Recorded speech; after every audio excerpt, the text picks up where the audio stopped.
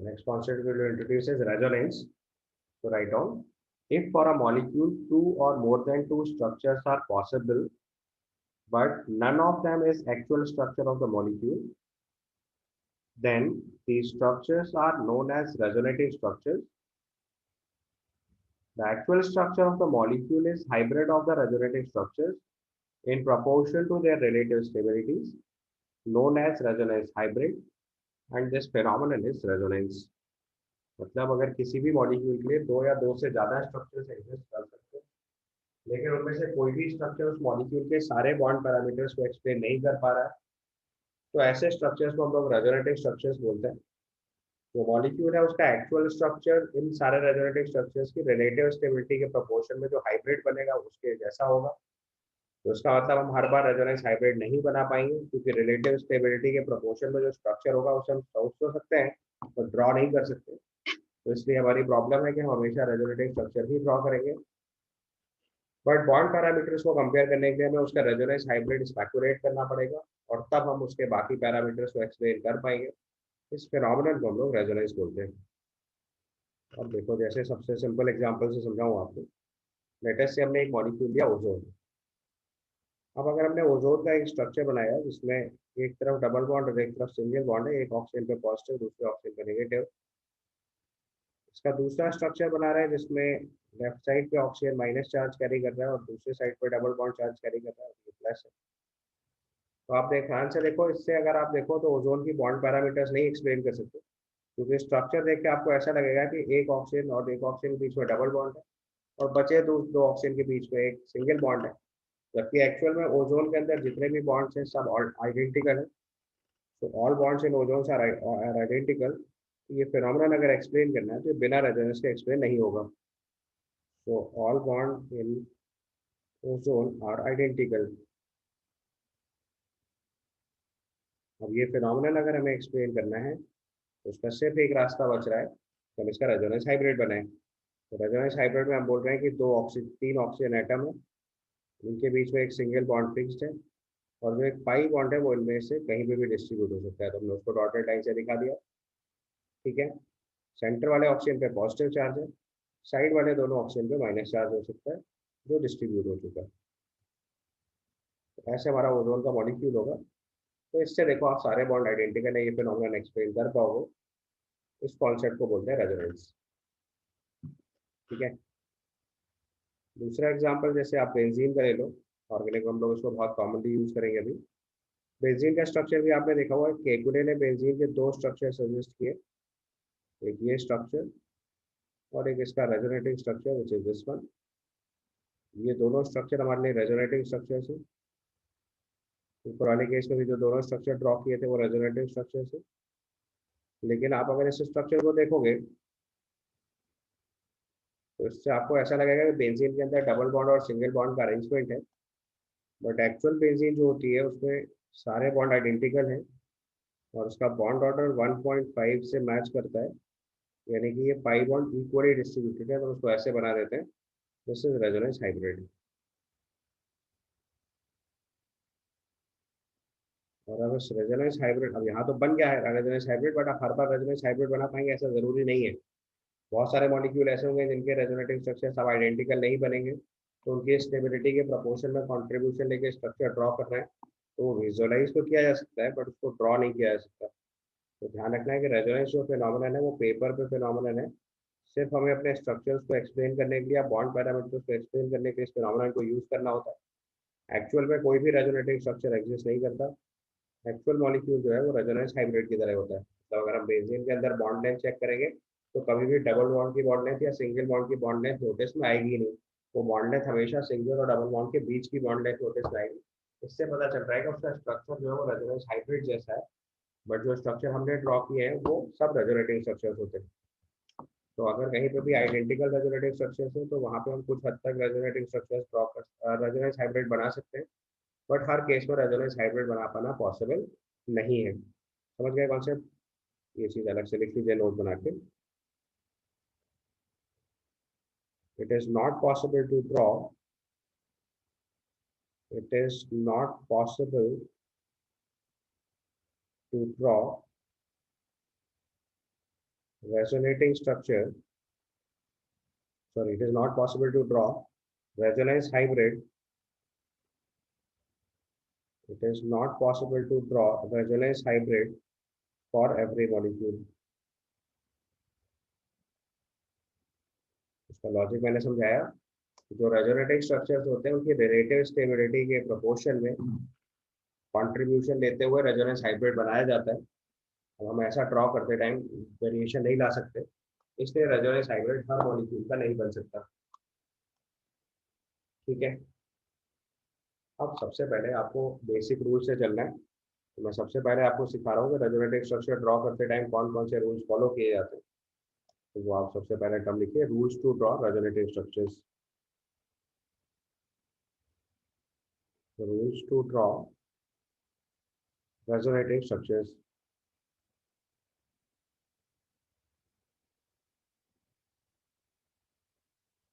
यानी कि अगर आप किसी भी मॉलिक्यूल के रेजोनेटिंग स्ट्रक्चर्स ड्रॉ कर रहे हैं तो उसको ड्रॉ करते टाइम सर्टेन रूल्स फॉलो करने होते हैं। तो we are writing rules to draw resonating structures. ठीक है, तो देखो रेजोनेटिंग स्ट्रक्चर ड्रॉ करने के लिए हम लोग बेसिकली 5 रूल फॉलो करते हैं। Write down, in all the resonating structures relative position of all the elements is same. मतलब सारे एलिमेंट्स की रिलेटिव पोजीशन फिक्स रहेगी हर रेजोनेटिंग स्ट्रक्चर में। Total number of electron pairs in all the resonating structures are same.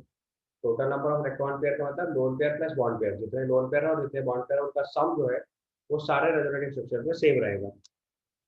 Net charge all the resonating structure is same. Net charge का मतलब जितना net positive या नेट नेगेटिव चार्ज किसी भी resonating structure में है वो चार्ज हर रेजोनेटिंग स्ट्रक्चर में आएगा। फोर्थ रूल लिखेंगे, in the resonating structures lone pair can be converted into bond pair and bond pair into lone pair. यानी कि जो रेजोनेटिंग स्ट्रक्चर में डिफरेंस होगा वो केवल लोन पेयर और बॉन्ड पेयर के नंबर्स में होगा। यानी किसी एक रेजोनेटिंग स्ट्रक्चर में जो लोन पेयर ऑफ इलेक्ट्रॉन है वो दूसरे रेजोनेटिंग स्ट्रक्चर में बॉन्ड पेयर ऑफ इलेक्ट्रॉन में कन्वर्ट हो सकता है, और जो बॉन्ड पेयर ऑफ इलेक्ट्रॉन था वो लोन पेयर ऑफ इलेक्ट्रॉन में कन्वर्ट हो सकता है। ये एक पॉसिबल चेंज है। और जब आप रेजोनेटिंग स्ट्रक्चर्स ड्रॉ करेंगे तो उनमें जो रेजोनेटिंग स्ट्रक्चर बहुत कम स्टेबिलिटी होते हैं उनको इग्नोर कर दिया जाता है। This is the fifth rule, resonating structures of very low stability are ignored. क्योंकि कई बार क्वेश्चन आता है नंबर ऑफ रेजोनेटिंग स्ट्रक्चर्स बताओ, तो जब हमसे नंबर ऑफ रेजोनेटिंग स्ट्रक्चर्स पूछा जाएगा तो जो रेजोनेटिंग स्ट्रक्चर बहुत कम स्टेबिलिटी के होते हैं उनको इग्नोर कर दिया जाता है। अब देखो आपको एग्जांपल से समझाता हूँ। लेटेस्ट से हमने सबसे पहले H2O2 का एक मॉलिक्यूल बनाया जिसमें आपने एक स्ट्रक्चर H2O2 का ये लिखा और दूसरा स्ट्रक्चर ये लिख दिया। तो ध्यान से देखो, हमने दो स्ट्रक्चर तो लिखे हैं but they are not resonating structure. Why they are not resonating structure? क्योंकि रिलेटिव पोजीशन ऑफ हाइड्रोजन देखो चेंज है। यहाँ पे ये हाइड्रोजन जो है वो ऑक्सीजन से कनेक्टेड है और यहाँ जो हाइड्रोजन है वो दूसरे ऑक्सीजन से कनेक्टेड है। जबकि इस वाले स्ट्रक्चर में दोनों हाइड्रोजन एक ही ऑक्सीजन से कनेक्टेड है। So that means their relative positions are different. So they are not resonating structure. तो यहाँ पे relative position of H is different in two structures. Relative position of H is different in two structures. Hence, these are not resonating structures. Hence, these are not resonating structures.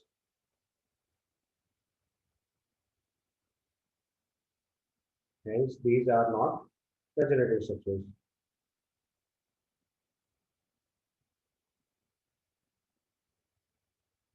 Hence, these are not resonating structures.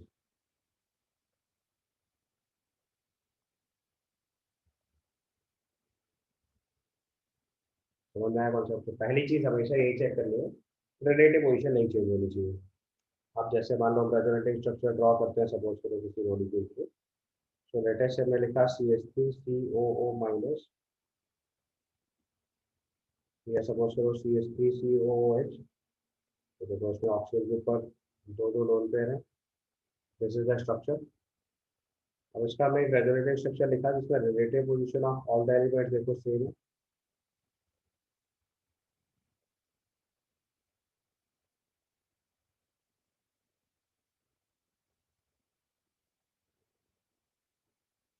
ये हमारा देखो एक resonating structure है। तो आप ध्यान से देखो, रिलेटिव पोजीशन सेम है, CH3COOH है। दूसरा स्ट्रक्चर को CH3COOH OH है। Number of electron pairs count करोगे तो इधर वाले केस में देखो 2 लोन पेयर इस ऑक्सीजन के पास थे और 2 लोन पेयर इस ऑक्सीजन के पास थे। अगले वाले रेजोनेटिव स्ट्रक्चर में देखो यहाँ 3 लोन पेयर आ गया और एक यहाँ पे आपके पास 1 लोन पेयर बचा हुआ है। ठीक है, तो नंबर ऑफ इलेक्ट्रॉन पेयर्स देखो अभी भी फिक्स है और डबल बॉन्ड की लोकेशन जो थी वो चेंज हो गई, पहले यहाँ पे थी वो यहाँ चली गई। तो नंबर ऑफ इलेक्ट्रॉन पेयर्स पहले स्ट्रक्चर और दूसरे स्ट्रक्चर में सेम। नेट चार्ज देखो तो पहला वाला मॉलिक्यूल न्यूट्रल है, दूसरे वाले मॉलिक्यूल में एक प्लस एक माइनस है, तो नेट चार्ज इसमें भी सेम हो गया। ये दोनों रेजोनेटिव स्ट्रक्चर हो गए। समझ में आया? सारी कंडीशन ऊपर वाली फुलफिल हो रही है, केवल बॉन्ड पेयर लोन पेयर की लोकेशन बदली हुई है। Number of electron pairs, atom के रिलेटिव पोजीशन और नेट चार्ज फिक्स्ड है। तो ये रेजोनेटिव स्ट्रक्चर है।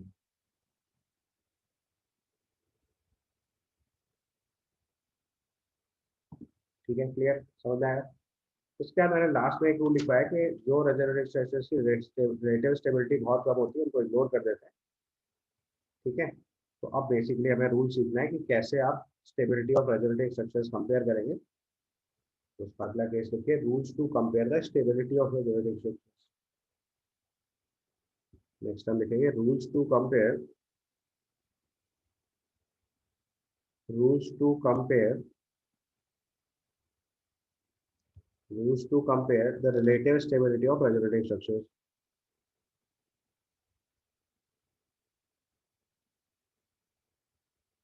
Rules to compare the relative stability of resonating structures.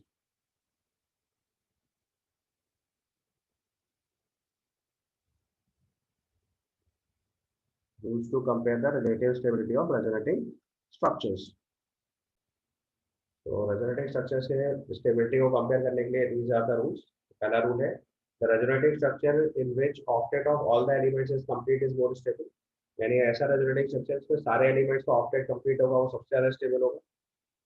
In rules को हम लोग सीक्वेंस में अप्लाई करते हैं, ध्यान रखना है। पहले हम ऑक्टेट चेक करते हैं, अगर सारे एलिमेंट्स का ऑक्टेट कंप्लीट है तो सबसे ज्यादा स्टेबल है। अगर किसी का ऑक्टेट इनकम्प्लीट है तो फिर नेक्स्ट रूल अप्लाई करेंगे कंपेयर करने के लिए, मतलब दोनों में ऑक्टेट इनकम्प्लीट है, go for the next rule.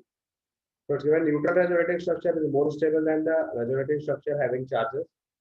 तो नेट चार्ज तो सेम होता है बट जो न्यूट्रल बना हुआ है जिसमें कोई चार्ज ही नहीं है वो ज्यादा स्टेबल काउंट होता है as compare to a case जिसमें एक प्लस एक माइनस दो प्लस दो माइनस होकर न्यूट्रल बनता है। So neutral resonating structure is more stable than the resonating structure having charges.